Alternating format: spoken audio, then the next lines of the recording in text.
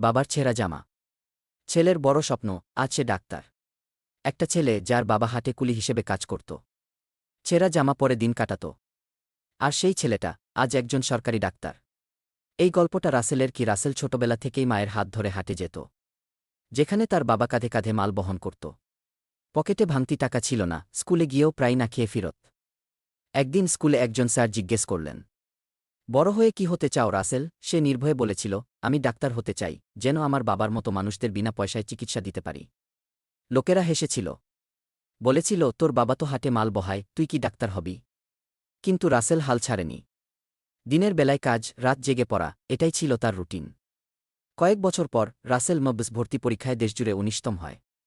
তার বাবা যখন ছেলের ডাক্তারি কোট দেখে কাঁদলেন, রাসেল বলেছিল, বাবা, আজ আমি যা তা তোমার ঘামের দাম। আজ রাসেল সরকারি হাসপাতালে চিকিৎসা দেয় গরিবদের। চেম্বারে গেলে একটা লাইন লেখা থাকে, গরিব হলে ফি লাগবে না। কেউ যদি ভাবে গরিব ঘরে জন্ম মানে শেষ, তবে রাসেলের গল্প তাকে নতুন করে ভাবতে শেখাবে। কারণ স্বপ্ন কখনো দারিদ্র্য দেখে না। হাটে মাল বহানো বাবার ছেলে আজ সরকারি ডাক্তার। ছেঁড়া জামা পরা বাবার ছেলে ডাক্তার হওয়ার বাস্তব গল্প। লোকেরা বলেছিল, তুই পারবি না। আজ সে ডাক্তার।